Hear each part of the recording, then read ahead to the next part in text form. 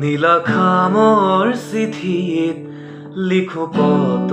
কথা, তুমি মোৰ জীৱনৰে আলিবাট চকা মকা, তুমি মোৰ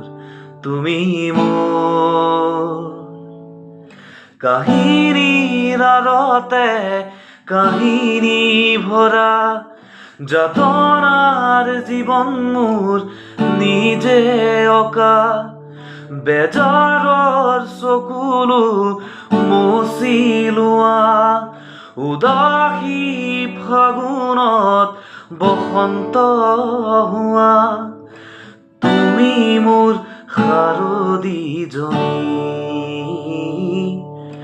মৰমবোৰ চোৱানা খুলি, তুমি মোৰ শাৰদীজনী।